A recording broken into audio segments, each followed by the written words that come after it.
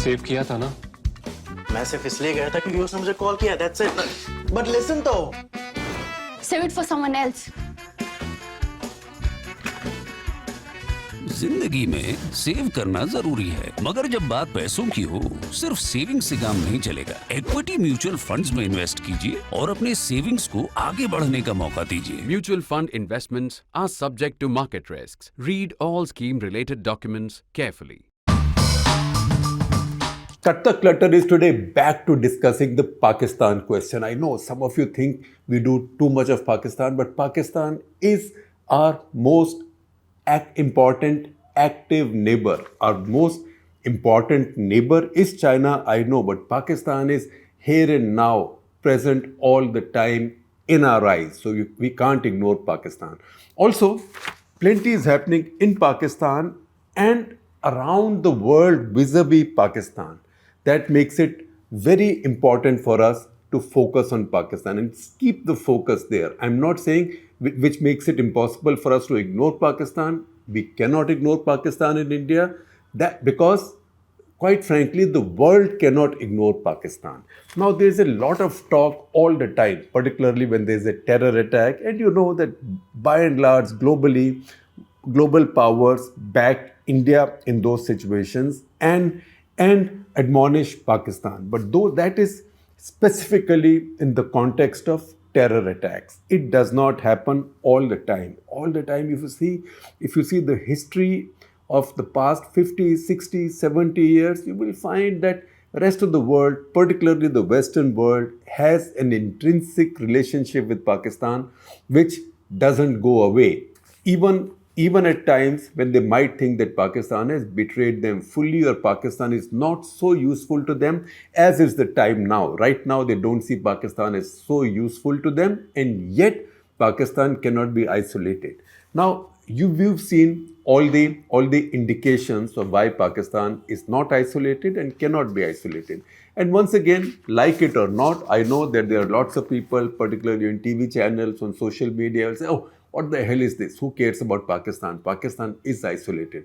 But then look at the evidence.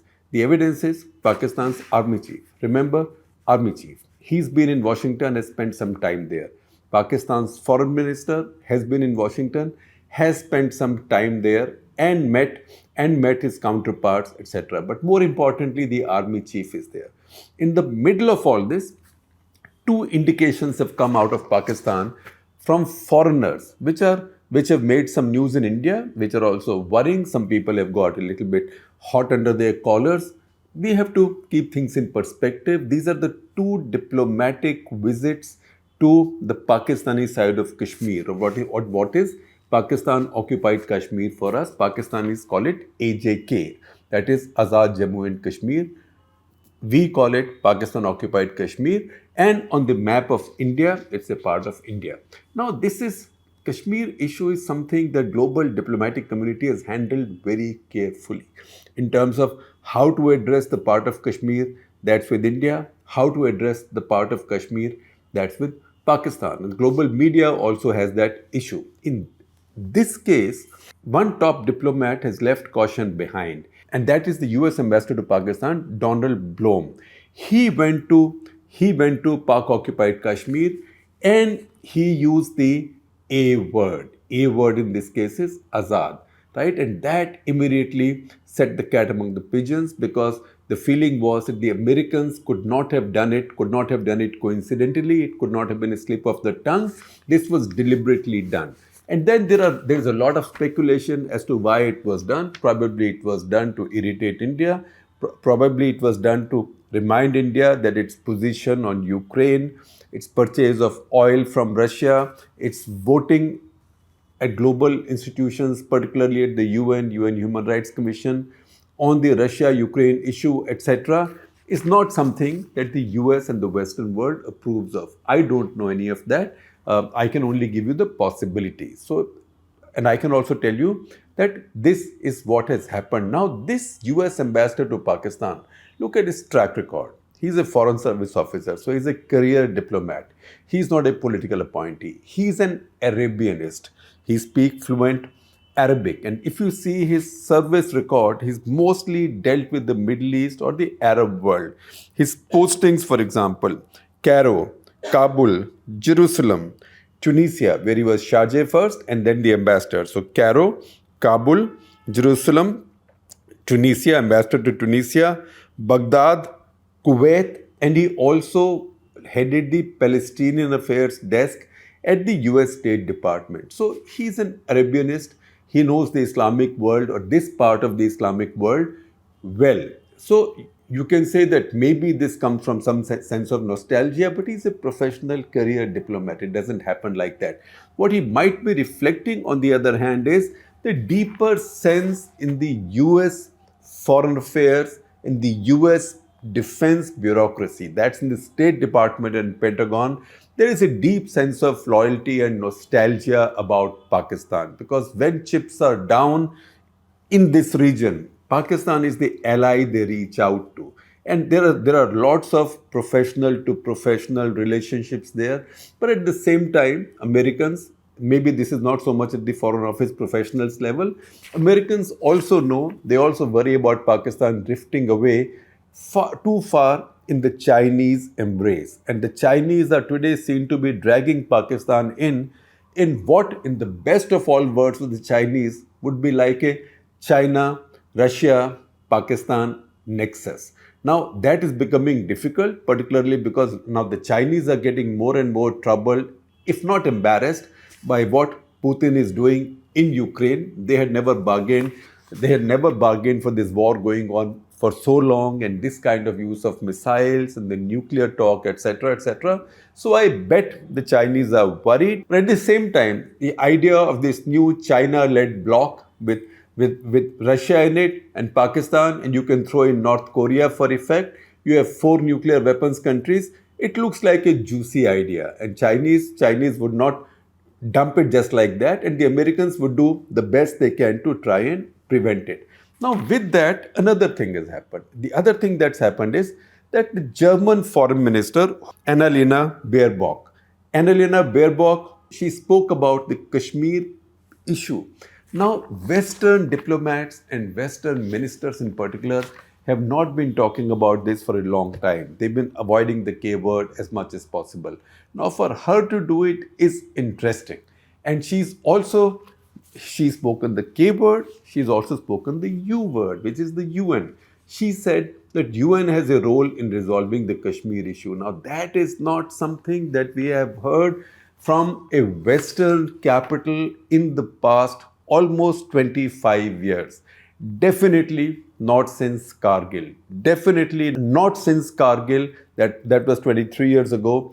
Have we heard anybody from a Western capital say anything other than that Kashmir is an issue, but it's a bilateral issue between India and Pakistan, and they should settle it through bilateral negotiations? The U word or the UN is a new one. So, do 2 of these events make a conspiracy theory? Anything can make a conspiracy theory in the subcontinent.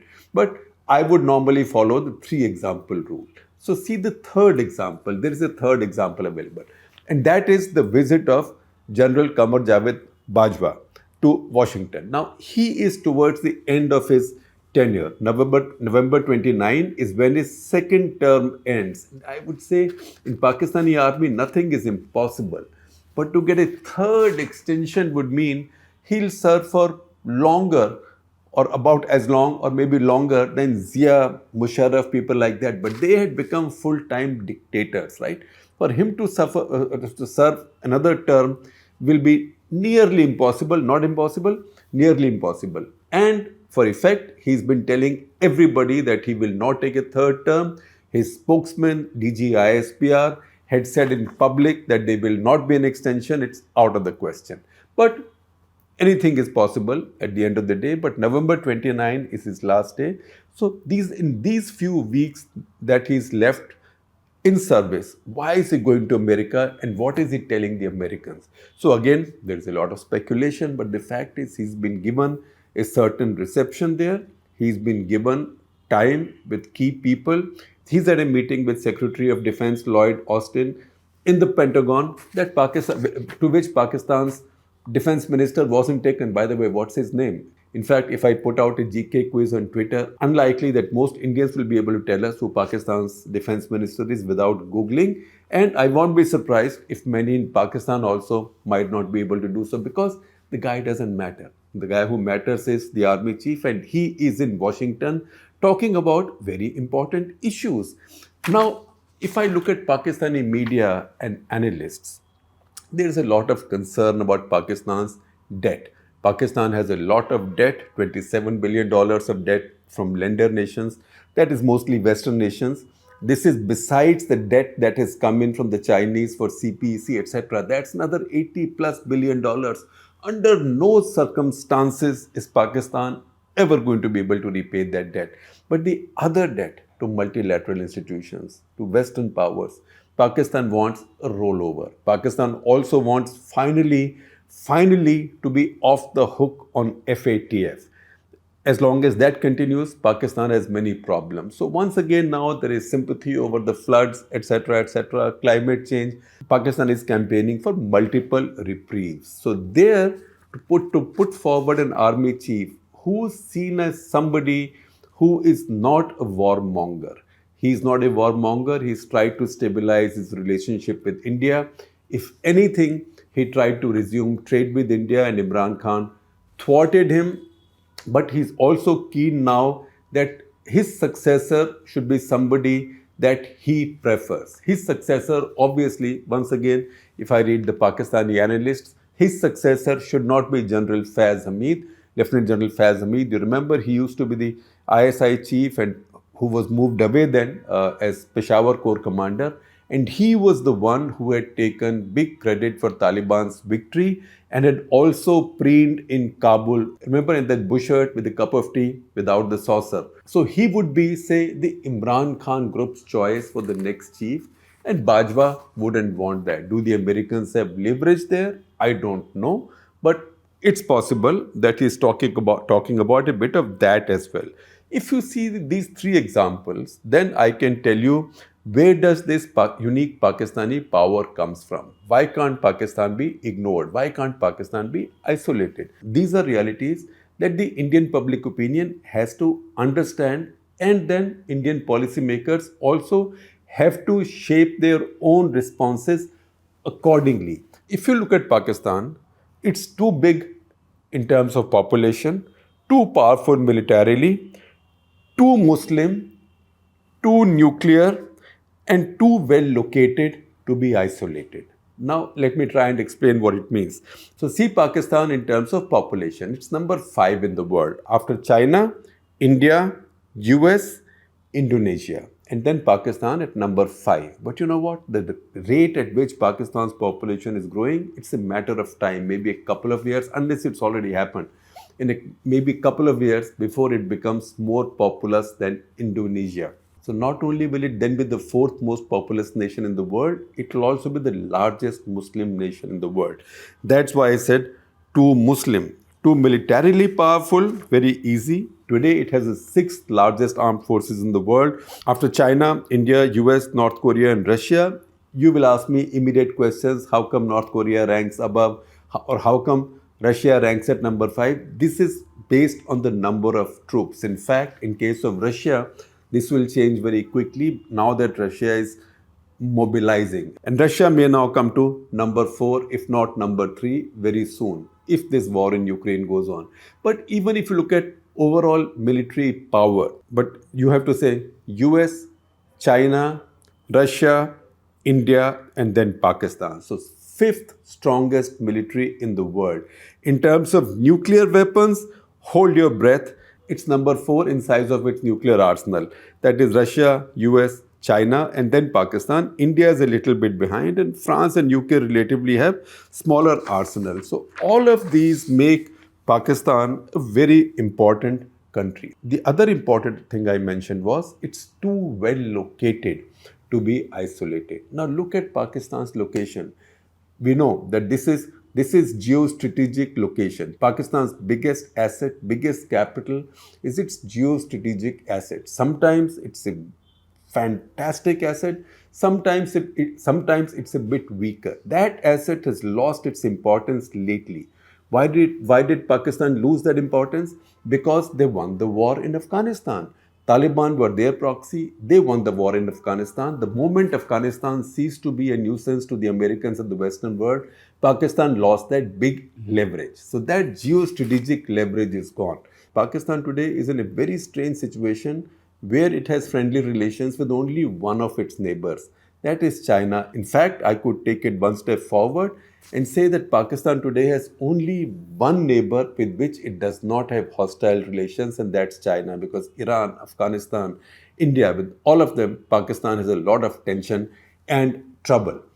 In this situation, why does Pakistan still matter geostrategically so much that we say it's too well located to be isolated? Because look, Pakistan still is a kind of Western gateway to China. Remember in 1970-71, Pakistan it was that had played a pivotal role in bringing China and America together, and that ultimately contributed to ending the Cold War, where Pakistan delivered the coup de grace finally with the Afghan jihad. So Pakistan is deeply entrenched in that process, and Pakistan's location gives Pakistan that strength. So can America's troubles now with Russia and Russia-China axis, can they bring back the leverage the Pakistanis had with America in 1970-72 vis-a-vis China? We don't know. But that is something that a big power like America is unwilling to ignore. And why should they ignore? Because all big powers work in their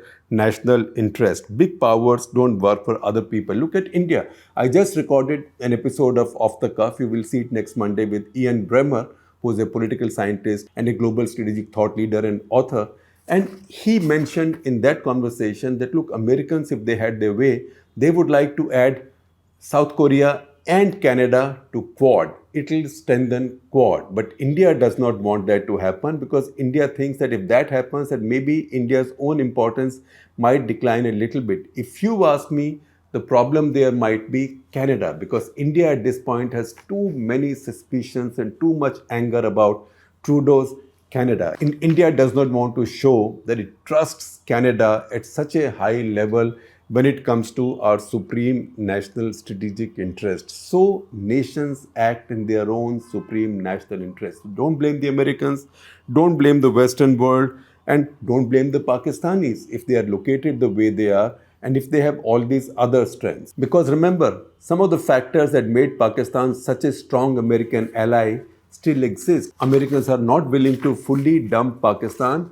particularly when India is not joining the American camp and is unlikely to. So I will share with you an article, a paper written by two fine scholars for Stimson Center's South Asia Voices feature. That's by Aditi Malhotra and Osama Nizamani, who explain how India and Pakistan's thought on strategic autonomy has evolved over time. And they say India's idea of strategic autonomy has always been to not be aligned with anybody, to act on each situation based on its national interest, or since Narendra Modi came in, to align, to have alliances based on specific issues and specific situations. And there's also an article by C. Rajamohan in the Indian Express, which I think you should read. I will share a link of that also with you. Pakistan, on the other hand, had less clutter in its policy. Pakistan's policy was very simple, that everything was to be governed by their strategic interests vis-a-vis India, strategic and security interests vis-a-vis India.